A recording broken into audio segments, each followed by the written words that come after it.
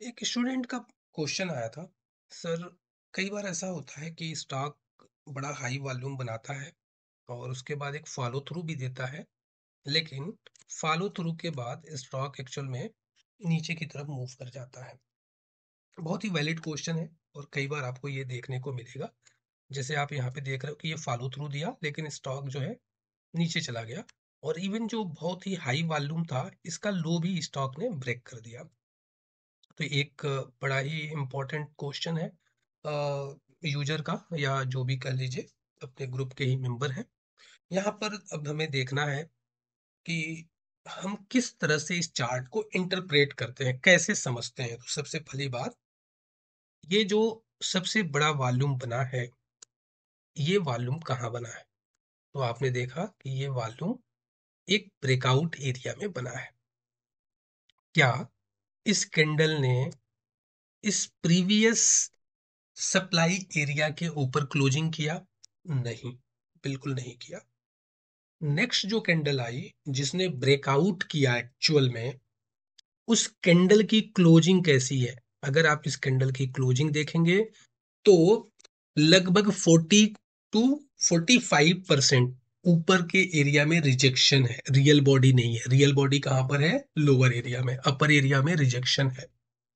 That one is indicating कि price actual में यहाँ पर अपने आप को मेंटेन नहीं कर पा रहा है। करेक्ट, वहां पर कुछ सप्लाई आ गई है। और उसके बाद अगले 3 कैंडल के अंदर में इस हाई को टेकन आउट भी नहीं किया जा पाया।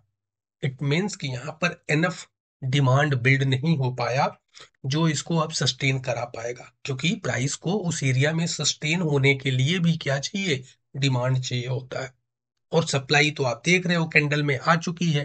तो इस सप्लाई को एब्जॉर्ब करने के लिए डिमांड यहाँ पर होना चाहिए। ठीक है ना, क्योंकि एक्स्ट्रा सप्लाई आ रही है।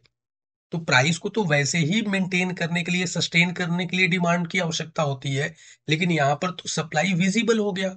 इस सप्लाई को एक्चुअल में एब्जॉर्ब करके अपने आप को सस्टेन करने के लिए यहाँ पर डिमांड की आवश्यकता है। नेक्स्ट 3 कैंडल के अंदर में हमें वो नहीं दिखा, एंड द रिजल्ट इज कि हमारा प्राइस स्लोली स्लोली इस जो एक इंपॉर्टेंट कैंडल थी हाई वॉल्यूम वाली, इसके लो को भी ब्रेक डाउन कर गया। जो कि बट ऑब्वियस है, इसमें कोई ऐसी बात नहीं है। लेकिन अब यहाँ पे ध्यान देने वाली और स्टडी करने वाली क्या बात है?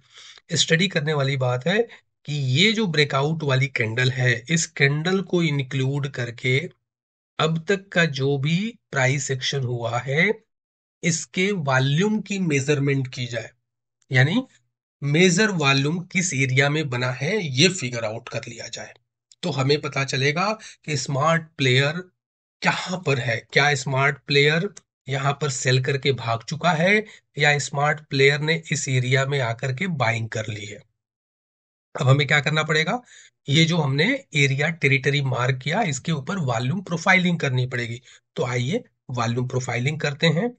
हमने इस ब्रेकआउट वाली कैंडल को यहाँ पे स्टार्ट किया और बिल्कुल लास्ट वाले जो कैंडल है यहां तक लेके गए। आपने देखा हमारा वॉल्यूम प्रोफाइलर कह रहा है कि अपनी वैल्यू एरिया तो लोअर में पड़ी है, यानी यहां पर मेजर वॉल्यूम बिल्ड नहीं हुआ है। मेजर वॉल्यूम कहाँ बिल्ड हुआ है? इस लोअर वाले एरिया में बिल्ड हुआ है। ठीक है। It means what? It means we can conclude कि यहाँ पर जो स्मार्ट ऑपरेटर है, स्मार्ट प्लेयर है, जो बड़ी पार्टी है, उसने बड़ी क्वांटिटी में बिकवाली नहीं की है। जबकि हमें अभी तक प्राइमा फेसी, प्रथम दृष्टया ये दिखाई दे रहा है कि इस एरिया में बड़ा प्लेयर एंट्री बना चुका है या बना रहा है। अब इस एरिया का एक ब्रेकआउट आने वाला है। हालांकि ब्रेकआउट हमें अच्छे वॉल्यूम पे चाहिए, जिसको हम लोग बोलेंगे कि ये किक ऑन कर रहा है, ट्रांजिशनिंग कर रहा है इस एरिया की जो इसने बेस बनाई है। तो यहाँ पर एक बेस बन चुका है, इस बेस एरिया का एक ट्रांजिशनिंग या किक ऑन ड्यू है। हालांकि ये करने की कोशिश कर रहा है, मे बी कमिंग सेशंस में ये कर जाए। तो हमने कनक्लूड कर लिया, पता लगा लिया।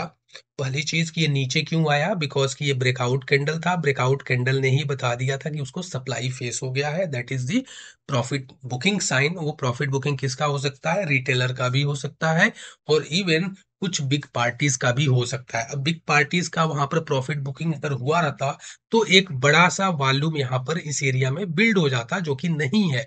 तो इसलिए हम अभी क्या कर रहे हैं, डाउट आप बेनिफिट दे रहे हैं कि इस एरिया में बड़ी पार्टी ने प्रॉफिट बुकिंग नहीं की है, रिटेलर ने ही प्रॉफिट बुकिंग की हुई है। ठीक है ना, क्योंकि उस एरिया का वॉल्यूम हमने यहाँ पर देखा कि हमारा वॉल्यूम नहीं है। लोअर एरिया में आप देखोगे ये वाला एरिया, तो यहाँ पर ज्यादा वॉल्यूम नहीं है ना, तो इस बेस पे हम कंक्लूड कर रहे हैं। तो हमें कंक्लूजन मिल गया, हमें समझ में आ गया कि यहाँ पर एक बड़ी पार्टी का इन्वॉल्वमेंट है, बड़ी पार्टी ने अपर एरिया में प्रॉफिट बुकिंग नहीं की है, लोअर एरिया में पोजीशन बिल्ड करता हुआ दिख रहा है। इसके प्रीवियस के हम डेवलपमेंट को अगर स्टडी करेंगे तो हम देखेंगे कि यहाँ पे 2024 के स्टार्टिंग के अंदर फरवरी मार्च मंथ के अंदर में एक बड़ा सा वॉल्यूम बना करके यहाँ पर एक मूवमेंट दिया गया था। देन प्राइस कुछ टाइम के बाद ड्यू टू एनी रीजन, हमें नहीं पता, वो समय हो सकता है मार्केट के अंदर में कुछ चीजें चल रही होंगी जिसकी वजह से stock slowly slowly slowly slowly इस एरिया को विजिट किया।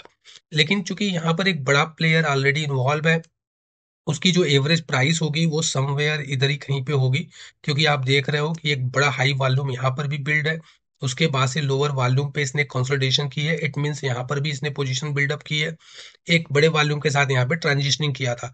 तो समवेयर उसका जो एवरेज होगा वो इसी के आसपास में होगा। इसीलिए जब प्राइस ने इस एवरेज एरिया को विजिट किया तो जो बड़ा प्लेयर होता है वो कभी भी अपने बाइंग एवरेज के आसपास में प्राइस को ज्यादा देर तक रुकने नहीं देता, इवन उसके आसपास भी आने नहीं देता। जैसे ही प्राइस उस एरिया के आसपास जाता है तुरंत वहां से उसको थ्रो कर दिया जाता है। और इसीलिए आप देख रहे हो कि यहाँ से तुरंत 2-3 कैंडल के अंदर इसको थ्रो कर दिया गया, बाद में भले स्पीड कम हो गई लेकिन यहाँ पर स्पीड बड़ी अच्छी स्पीड के साथ इसको थ्रो कर दिया गया। देन हम देख रहे हैं कि एक अच्छा खासा इस तरह से अप्स एंड डाउन्स के साथ में यहाँ पर मूवमेंट्स होती रही हैं। ये हमारा हाई वॉल्यूम था, ये हमने बता ही दिया, डिस्कस कर ही लिया कि ये ब्रेकआउट नहीं कर पाया था और ये ब्रेकआउट वाली कैंडल है।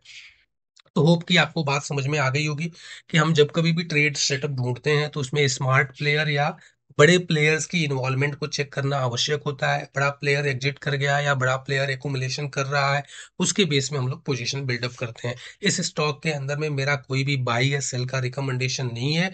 आप अपने रिस्क के ऊपर ही इसके अंदर पोजीशन बनाना या अपने फाइनेंशियल एडवाइजर से डिस्कशन जरूर कर लेना। मैं सेबी रजिस्टर्ड एडवाइजर नहीं हूँ।